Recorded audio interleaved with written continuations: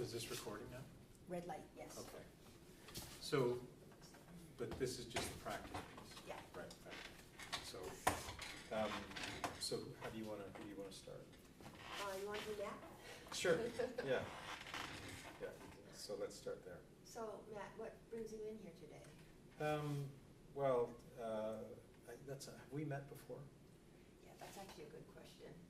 You know, there's part of me that wishes that I've read your file so I know a little bit about you. Yeah. So maybe this is the second Okay, visit, okay, but maybe we were just getting background before, Right. sort of a general assessment. okay, And so this would still be the beginning of exploring right, the presenting problem. okay. So I can just say, you know, like the first time we met, I know we were just doing some assessment. And so, you know, the thing that I spoke to you about is concerning me most, I guess, is depression. Depression. Yeah, you know, it's been something that's been around for a long time. You know, like you know, I'm 32 now, and but I remember, like, even as early as sort of 14, having some struggles in high school around, you know, dealing with depression. So it's been around a long time. And right now, how is depression getting in the way of your life, making problems for you?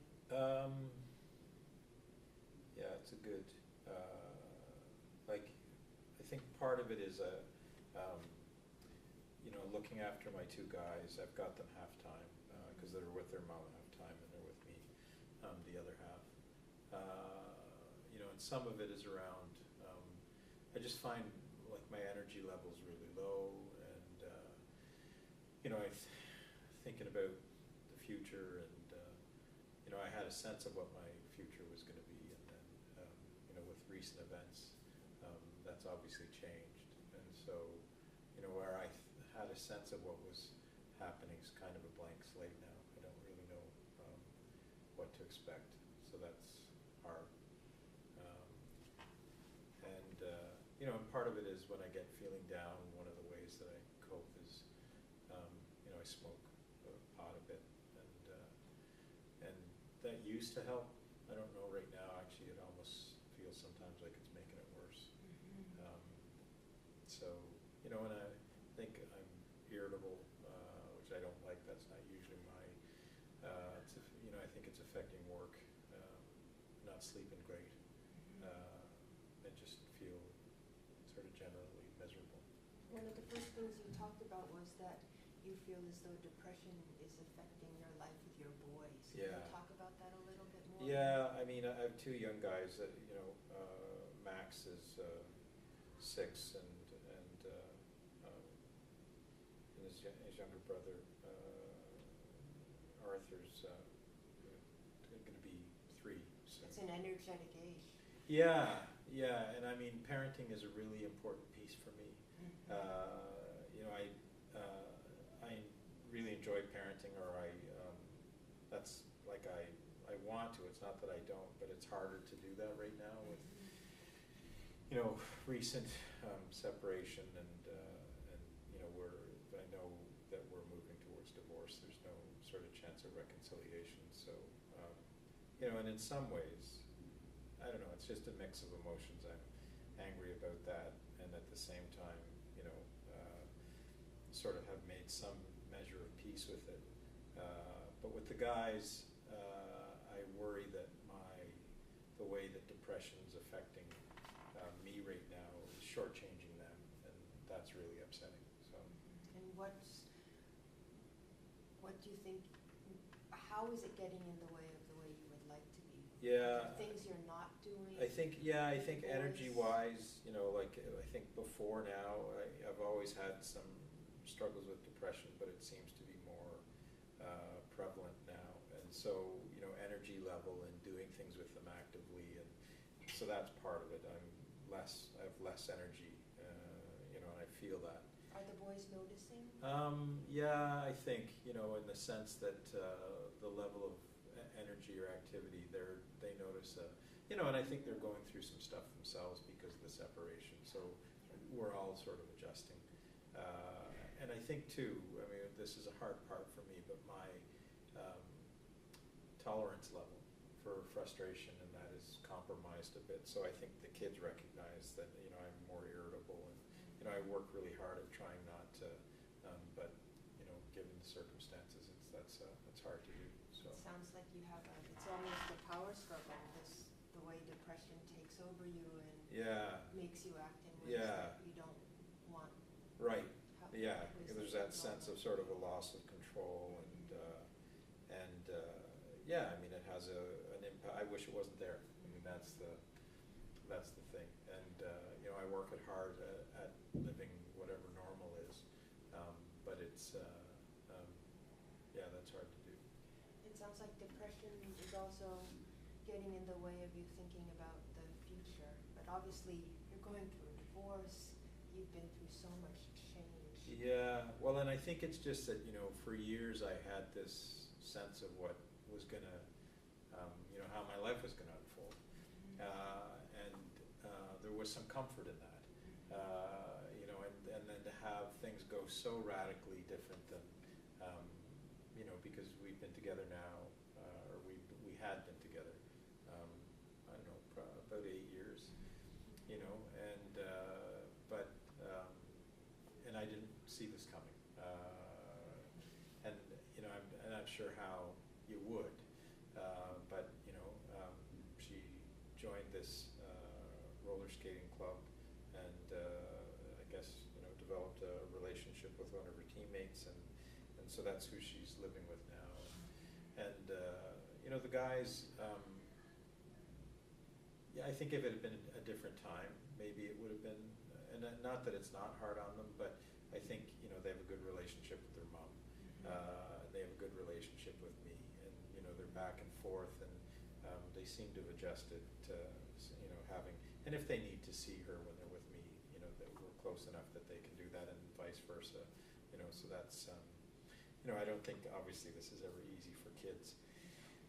But in the way that things have happened, you know, because of how close we live in proximity, she's only a number of blocks away, it's actually fairly easy for them to, so that's actually been good for them to know that she's that, and it's the same, you know, the other way around, that when they're at her place and if they need to know, you know, she's good that way in the sense that she'll call and say the kids need to see you, and so I can make time to go over and, you know, so considering, you know, it's never easy for them, but I think in the circumstance that we have, it's better than lots of situations when kids are separating, or when parents are, Separating. yeah, kids are experiencing the parents separating, so. I can see the weight of this depression though on you Yeah. as well. How do you feel inside? Yeah, How would it's, you describe that feeling? numb, I think, Numb. is probably the, and it's funny because some of that numbness is sort of welcome, and. What's it doing for you, that numbness? I think it's like when there's too much, it's almost like you'd rather be numb than actually feel what, because I think, you know, it's just a question of shock. And two, fear, you know, it's like, what now? Because, you know, I've got, before, you know, like as an example, financially, when we're together, it was a lot easier than when we're running two separate households.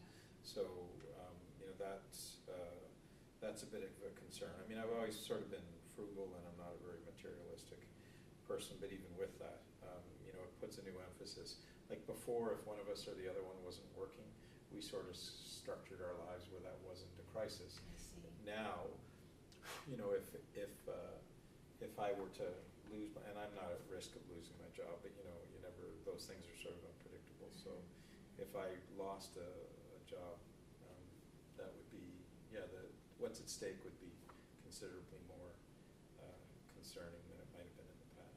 So there's that financial stress. And then I think, you know, with what's gone on, it's embarrassing, you know, because the community, everybody knows who we are. And, you know, I know this happens for lots of people, but it's different when you're going through it. So there's that part of it. And then I think there's, for me anyway, I think other people too, but there's sort of a natural inclination to withdraw when you're doing, And I don't know that that's a really good, because it leaves me just lots of time to think. Yeah. And your head goes places that aren't necessarily helpful. I can see you're a thoughtful guy. Yeah. And so thinking might be Yeah. sort of your So- own worst enemy Right, now. yeah, and I mean, that quality is good in some instances and a bit of a burden in other instances. So, yeah, right now it's sort of a challenge, knowing how to manage that stuff. Yeah. In your life right now, there's so much going on. I mean, you're concerned about your boys, you're concerned about finances, you're concerned about sort of the unknown with the future. Is there one area of concern that you want to work on the most, or do you see that they're connected in a way? Yeah, I mean, I think they're all playing a role in sort of this this episode or whatever whatever you want to call it, in terms of the depression part of it, and I think that's as much as all of those things are interrelated, if I could get a grip on the depression piece, I'd feel like I had some, just options, or like I could be on top of it instead of it being on top of me. Mm-hmm. Yeah. So you feel oppressed? Yeah, it's like this weight sort of sitting on you, and I want, I've got things to do, and I know I've got to get them done, but it's just sometimes it's like finding the energy, and even, getting myself out of bed. Sometimes it's just a question of you're on autopilot. Yeah. Like you get up because that's part of what you do. But I remember a time where, it wasn't like that. Tell me about that time. Yeah, When well, I depression mean. didn't have such a strong Yeah, effect on you? yeah, exactly. I mean, it was certainly before, the announcement about the separation. And, and there's a lot of things. Like, I just think, she had been doing the roller derby stuff for a number of months, probably, 8 months, almost a year, I think. And so this was going on, the relationship was going on for some time before I knew about it. And so obviously other people were aware. And that's hard, because, the neighborhood that we live in and the community we live in is not that large. Right. And so, sort of reflecting back on that other people knew about this before I knew about it so there's a certain level of anger. Yeah. And embarrassment, it sounds like. Yeah, It affects how you feel about exactly. yourself. Yeah, because other people are aware of, what's going on for parts of your life that you have no idea about. So there's a bit of, I guess, part of it I think is feeling a bit humiliated. And then, I think, well, like I didn't do anything, so I don't, there's, I guess, just a sense of betrayal. Yeah, that, and at the same time, I look at it and I go, well, if that's, you don't want somebody to be with you who doesn't want to be there. That makes a lot of sense. Yeah, so it's, but there, like I said, there's this sense of I had an idea of what the future was going to be, and that evaporated sort of in a moment. So it's disorienting. So you're at the beginning of a new chapter in your life. Yeah. So that's disorienting. Yeah, isn't it is. Yeah. And I have friends who are saying, and I know they're trying to be supportive, but it's like, there's, they're not platitudes, but they sometimes sound like that to me, where, things will get better, and, you'll just have to have a different future, and I know that'll have to happen, and that it will happen sort of over time, but the process between then and now is, It's irritating in a way. Yeah, You feel and- pressure when you're being asked to sort of get over what Right. you're going through. yeah. Yeah. And like I said, that anger piece, like I'm having to do all of this stuff because of a decision that somebody else made, and so there's that sense of sort of being out of control of certain, pretty important pieces of what was going on in your life. So, there'll be trust stuff that I gotta work out in my own head. Yeah. So I'm hearing on the one hand, you don't really like it when your friends are sort of pushing you to move on. Yeah. But at the same time, you're concerned about how your depression is affecting your boys. Mhm. And so, and it also sounds like you have this feeling about how you are in your community. Mhm. And if you felt better about yourself, Yeah. some of that might, Well, and it's a bit that like feeling living might in a go away. living in a goldfish bowl. Like you have Mhm. this sense before that I had some privacy, and right now, and I you know like it'll change. It's we're the focus of attention right now because it's relatively new. You know, over time, people get used to the idea that we're not a couple anymore. But yeah, I mean, I'm not overly, but I'm a bit of a private person, and it's hard to have a private life when this stuff is going on. So, yeah. You know, it's interesting, Michael, last week when you were talking about your work with the Mhm. Occupy movement, even though you were going through all this stuff, I saw the energy that Yeah. you have for your work. Yeah. And I wondered whether, you know, when you were dealing with Occupy, you're dealing with sort of a power Mhm.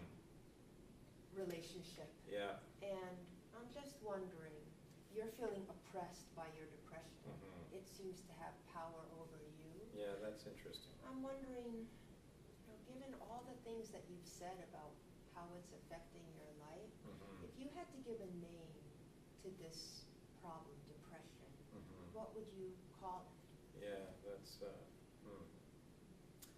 Um, yeah, I mean that's an interesting point because I hadn't actually thought of it that way before. Because I work with people all the time who are dealing with issues of sort of power and oppression and things sort of weighing them down, and that's what it feels like with the depression is that it's this sort of, you know, it's this thing that's sort of sitting on me. Clearly, you don't like how that's making you feel. No, So no, and it is. It's like you said. It's like it has power, and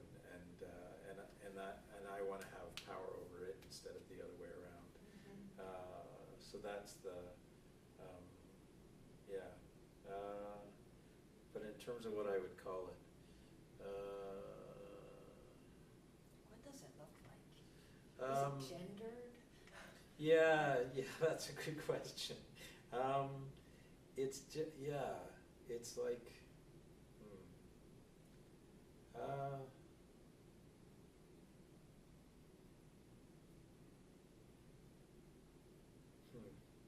It's funny, I remember old paintings where they would show this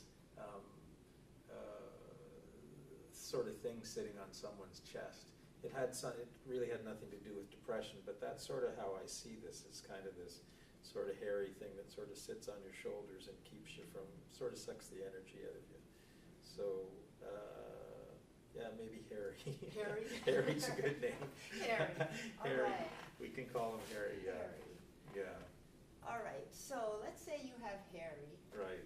and you're sort of thinking of Harry as As- your opponent. Right, He's as a against you right guest, now. as a guest that has sort of moved into your house and you'd like him to leave. And you'd like him to leave. Yeah. So what strategies might you use to get Harry to get out of your way, and Yeah. get out of your kid's way? Yeah. Well, I mean, I know that some of that will happen when I reestablish, I think, some sense of hope for the future. Yeah. And so it's hard right now because it's hard to know how to focus that picture. Because I think, you know, one of the things for me is I like being in a relationship. That's a pretty important piece for me, always has been. And so I know, I think at some level that I need to move back toward establishing that. But that's going to be challenging too because I'm going to approach, or my worry is that I'm going to approach relationships differently after this event. You talked about trust issues. Yeah, and so forth. yeah, because that's a significant, because that, you know, like I said, that there was no, you know, and I think I'm a pretty astute guy. So you know, before now I would have told you that I would have seen something like this coming. But the fact that I clearly didn't makes me think, well, you know, is that, am I blind to certain things? And if I am, then what are the implications of that as I move into another relationship, and so there's that kind of, I know I need, not need to, I know I'm gonna want that, but then there's risks. And you're not trusting your Yeah, well, right, perceptions that's right right. now. Whereas before I wouldn't have questioned, now I'm sort of like, if I missed it once, am I gonna miss that again? And so what is that? Yeah, so.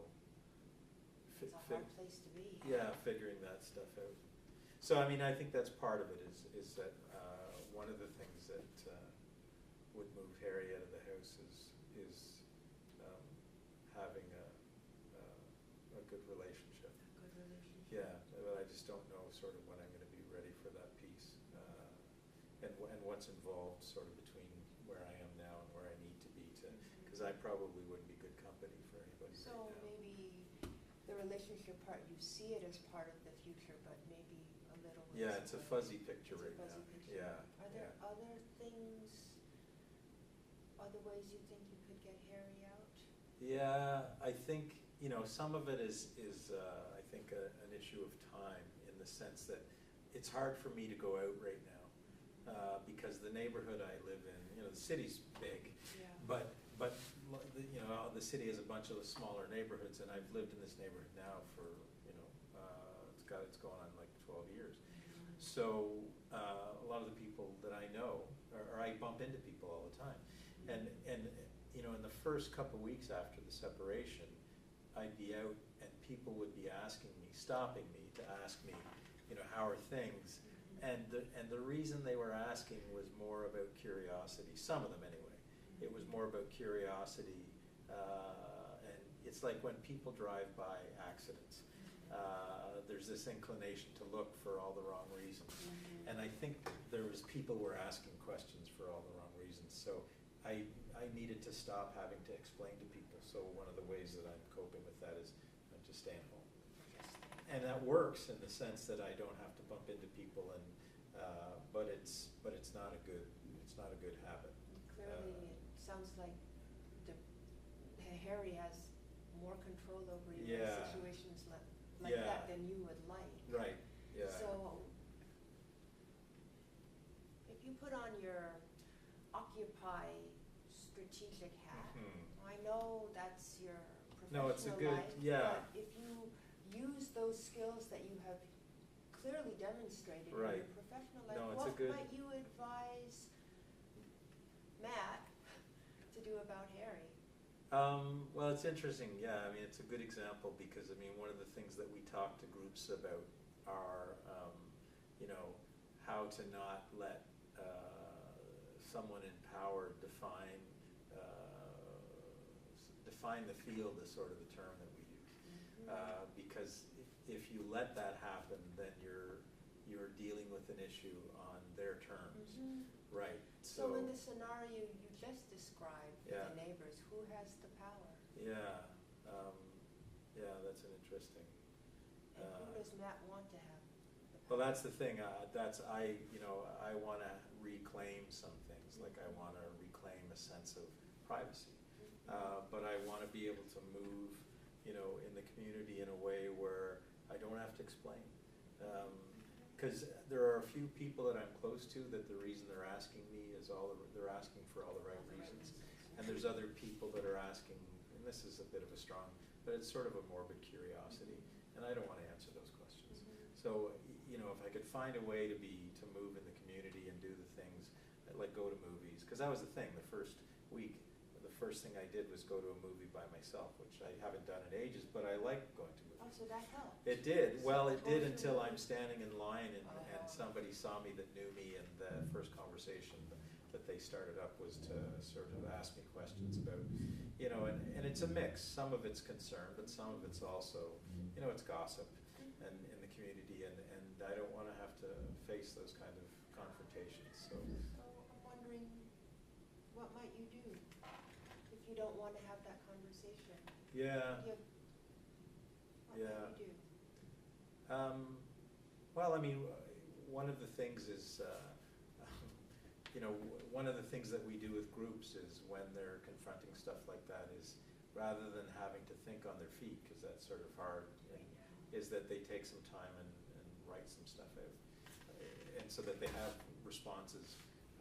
So, I mean, that's that's a possibility, is That to might be just, something to do yeah, this to week, just think do some about it. planning and write something out. Because I don't want to offend people, but I also need to set some boundaries. Because it, like I said, that whole goldfish bowl thing, it's not very pleasant when people can sort of see into your life in ways that, yeah. Have you known anybody who's gone through a similar situation like Yeah. yours, who might have had, Yeah, I have a wanted ver- to deflect certain questions Yeah. that you could talk to? Yeah, it's interesting you ask, because one of my best friends, Mike, went through divorce himself about, I'd say, 3 years ago. And of all the people I know, when I told him, he's the only one out of all the people I know who said, "Is that a good or a bad thing?" And it shocked me and I said to him, "That's a curious question." And he said, "Well, this was my experience. Every time when people found out he was being divorced, and I mean, it happened in the same community, so I watched that process myself. And he said that everybody that he told said, "Oh, that's terrible." And he said what was bad for him was that wasn't how he felt. He needed that relationship to end. I see. And that for him it was actually a good thing, but because everybody went, "Oh, that's so bad," and he said he didn't have permission to feel what he felt, or to actually explain to people, "No, actually, this is so he said in that conversation that I had with him the first time I told him, is that he'd sort of committed himself to, if ever one of his friends was going through a similar process, that he'd ask them the question, is this a good or a bad thing? And it was interesting because it opened up room for me to tell him, well, some of it's bad, and this is why, but some of it, is Some of it's good. right. Can you talk more about what some of that good Well, is? I think it comes back to, when you realize in a sense that you've been living a lie for a while, that's not my picture of what a relationship should be. So at some measure, as much as it's awful to have had this happen, it would have been worse to have lived in that longer. What if that had gone on for like the next 20 years? Yeah. Right. I mean, that's not my idea of so there's that part of it is that I would rather that it happened now. The guys are younger, so there's time. I think we've worked out an arrangement where we're living, within Close blocks by. of each other, right? That the guys, as much as this, it's going to affect them for sure, but we have some say in how much that affects them. And I see, over time going forward, I know we're going to establish a new normal that we will be able to co-parent. I mean, because of who I am and who my ex-wife is, that's going to be something that we do, because we'll, their needs, are going to supersede ours. And neither one of us, I don't have any concerns in that sense. I know we'll do that well. So yeah, I mean, there are some. And the other part of it, I think, is that I want a real relationship. If I was in one, and I obviously I was, where my wife wanted to start a relationship with another woman, something was going on where the relationship wasn't meeting her needs. I want to take a look at that. Right now is not the time, maybe, but at some point I want to look at that to see, because okay, maybe I own some of that, but I don't own all of it. And so, I want to, I guess my sense is that down the road, I have the opportunity to have a genuine relationship, because it seems like this one was not. That sounds like hope. Yeah, so I mean, that's what I mean when he said, is this a good or a bad thing? Yeah. Well, it's both. So if you were to talk to your friend Mike Mhm. and tell him, if he were to ask you that story, the way the way he was asked when he got divorced, Yeah. what do you think you'd say to him? So, how you doing, Matt? Yeah. It's a terrible. Well, and I would say just that, like it stands out to me because it was one of the most honest responses of anybody and it did exactly what he said. It gave me permission to tell him what exactly was going on for me. It isn't, parts of it are terrible. And he acknowledged that himself. It just knocked him on his ass. But parts of it are not. And so it opened up the door to be able to be frank with him about, because everybody else did exactly what he described, which is, there's this, it must be awful, and well, parts of it are awful. But in saying it in that way, it doesn't give you permission to go, and it's also this. Right. It's Right. not just, yeah. And what you've identified in being given that opportunity is Mhm. you have, in your future, a more genuine, Mhm. loving relationship. Right, which is, that's the hopeful. speaks to Right. who you are. Yeah, and it's just a question of how do I get, from here to there? And I have some idea of what, but part of it is that it's gonna take time, and that sucks. Yeah, well, Because that's, but I think there's no, well, two things. One is that there's no rushing this. There's gonna be, it will be but at the same time, I think there are things that I could do actively to, help that process. Well, there's things I could do to make it worse, and there's things I could do to help it so what along. could you do to make it worse? I think, if I wallow in this stuff, or I spend too much time on my own, or I rely too much on pot, Okay. because like I said, that's something that I've used since I was 14 to cope. But what I'm finding now, at this many years later, is that whatever it used to do, it's not doing it, and if anything, it's actually making things worse. It's making things worse. Right, so I've got to find something because I used to, before it was about relaxing and sort of zoning out, but it doesn't relax me anymore. And the zoning out piece, I can't afford that. I mean, I don't smoke when the kids are with me anyway, so that's a completely, but even so, that's not I just think zoning out's not, it's not helping. It doesn't, Yeah. it doesn't Whatever, fit with whatever, your well, and values whatever or it used to your do, vision. yeah, I mean, Right. whatever it used to do, either I'm in a different place, or it's not, it's not doing the job that it used to do, but it's not helping, it's making things worse, so Interesting. I gotta find something else. And you said, prior to talking about that there are some things that you could do. Yeah.